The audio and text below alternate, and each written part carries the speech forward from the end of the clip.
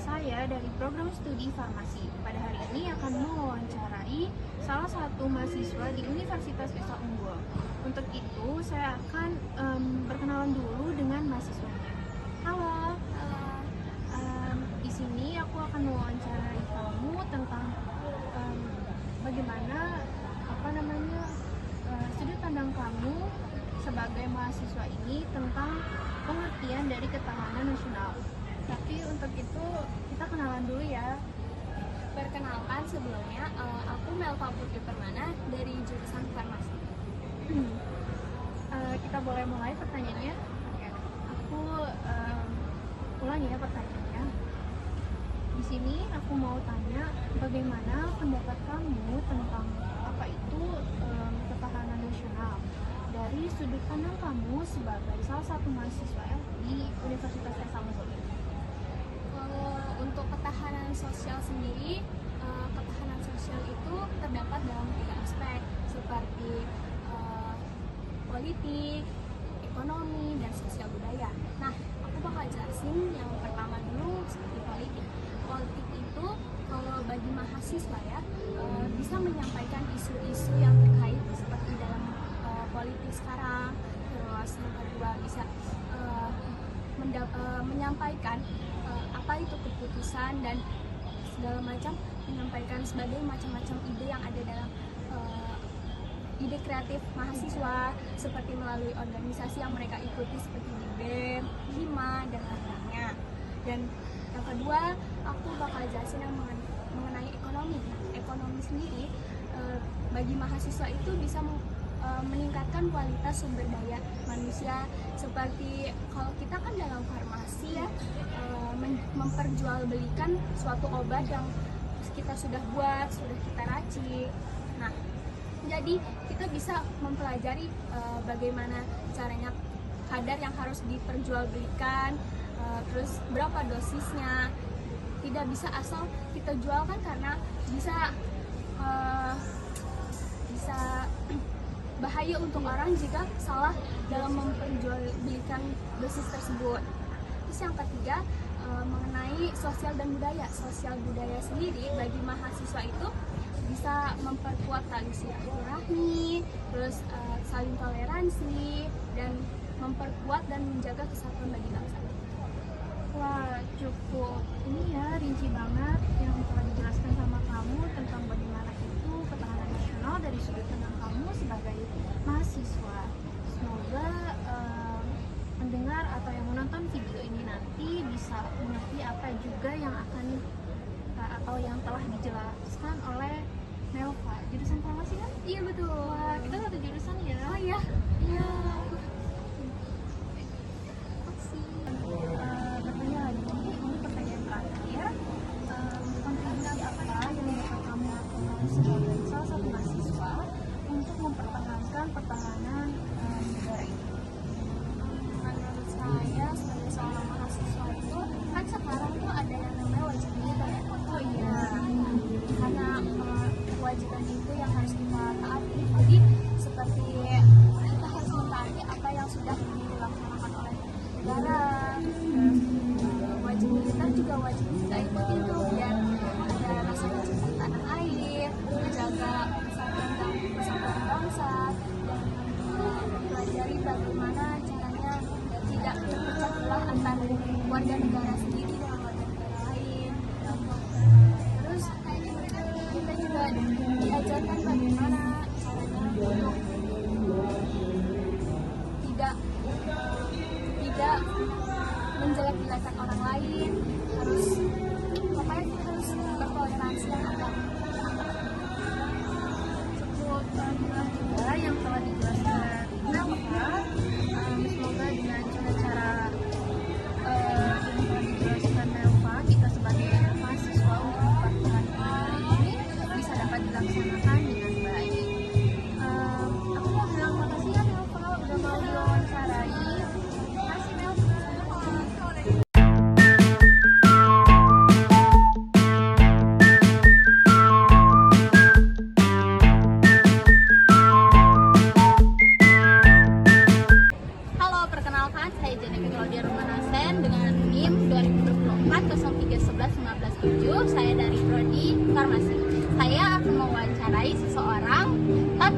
atau kita perkenalkan dulu dengan seseorang tersebut.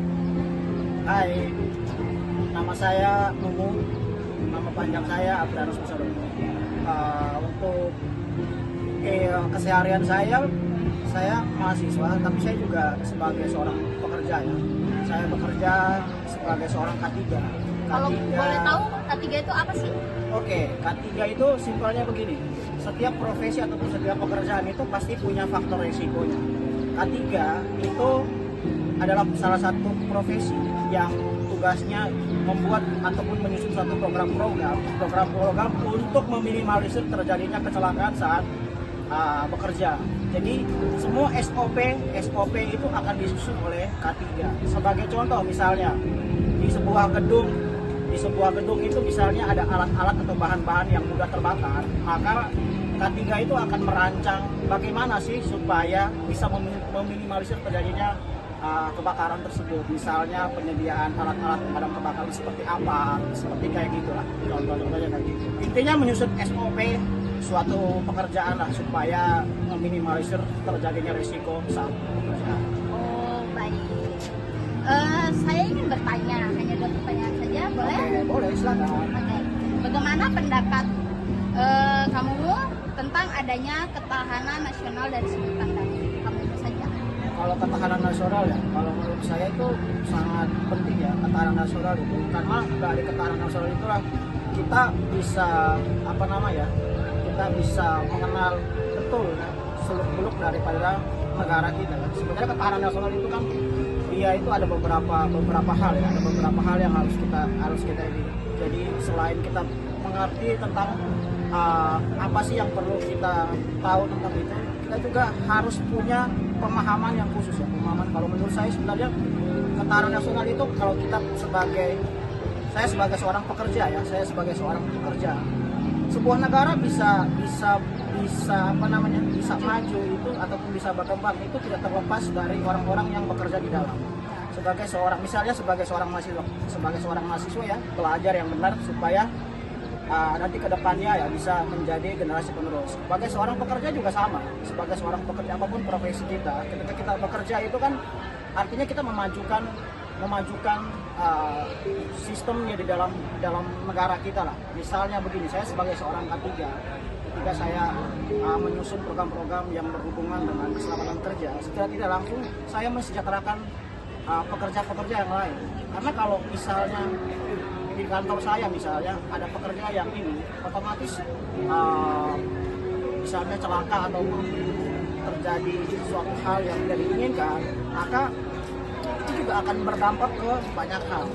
Kita ambil contoh seperti kayak asuransi BPJS lah belakangan ini, itu menggunakan uang negara. Bayangkan kalau misalnya banyak orang yang celaka pada saat bekerja, berapa banyak uang negara yang dipakai, otomatis itu akan mempengaruhi ketahanan nasional.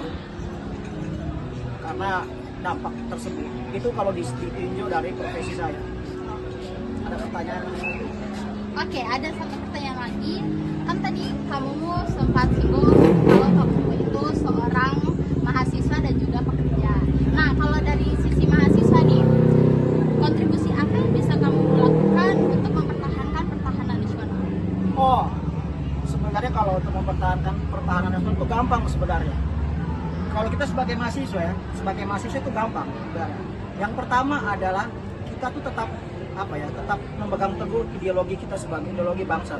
Pancasila, Undang-Undang Dasar itu harus betul-betul kita pegang teguh itu. Karena kita tidak mungkin ya, mahasiswa tidak mungkin istilahnya mempertahankan ketahanan nasional bukan berarti kita harus ikut terlibat dalam perang atau bukan. Tetapi ketika sebuah negara itu bisa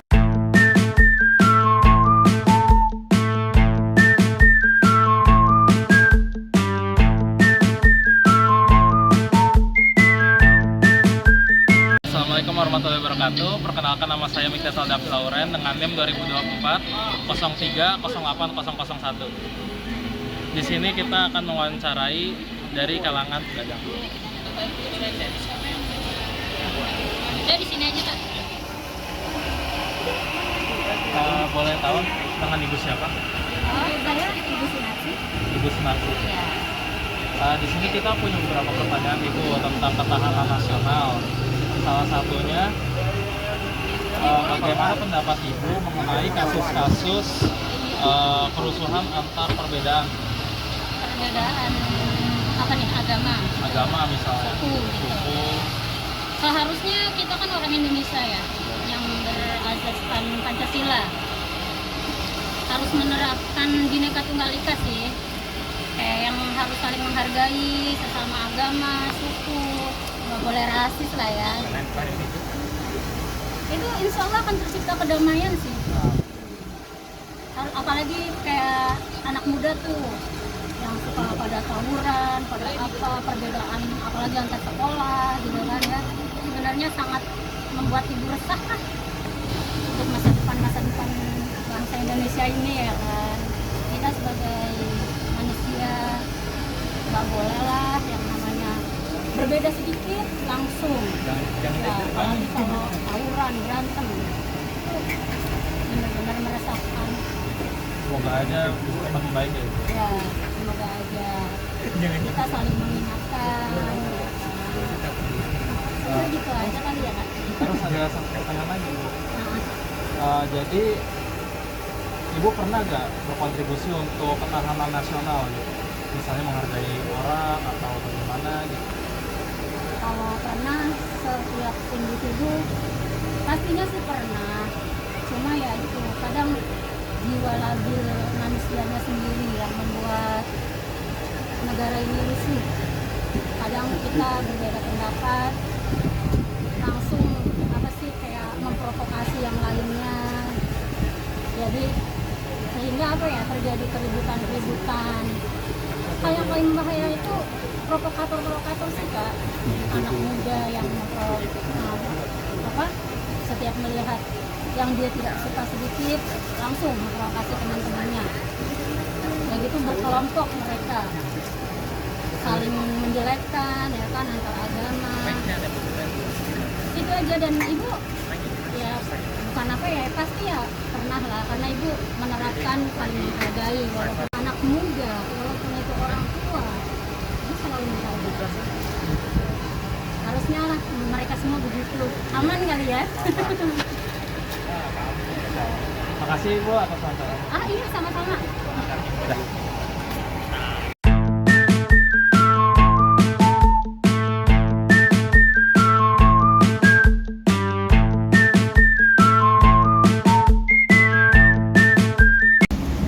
Baik, selamat pagi. Semuanya, nama saya Walas Romarin Odet.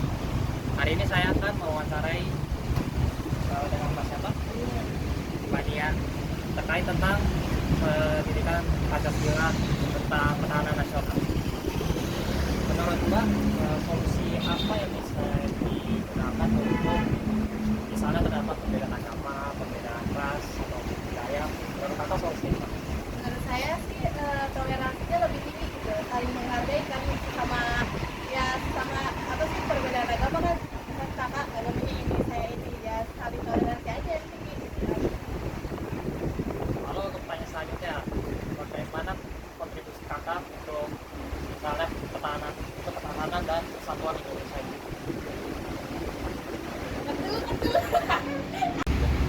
Bagaimana kontribusi kakak terhadap ketahanan dan persatuan Indonesia ini? Kontribusi saya salah satunya ya saudara kita yang sedang kena bencana gitu kan, berkontribusi untuk membagikan donasi gitu, apakah ya selain sebagai bentuk reaksi. Terima kasih kakak sudah menjawab pertanyaan saya. Ya,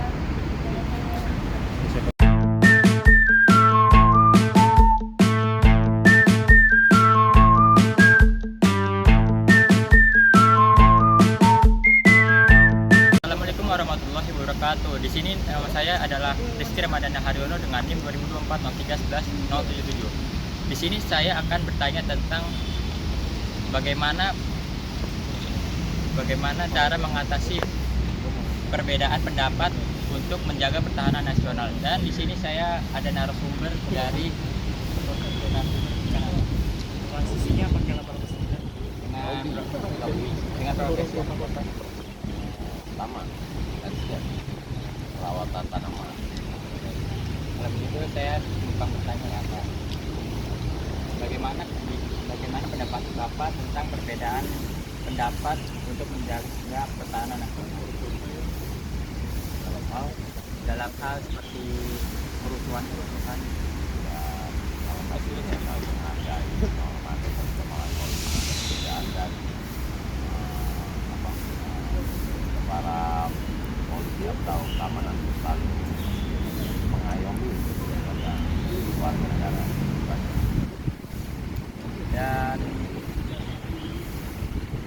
upayanya Ya, keamanannya lah mesti diterapin, maksudnya bukan sekedar polisi doang. Di setiap ada kerumunan, ya polisi itu harus ada mestinya, biar dia bisa tahu. Jadi sewaktu-waktu ada kerusuhan pun polisi bisa cepat tindak, itu aja.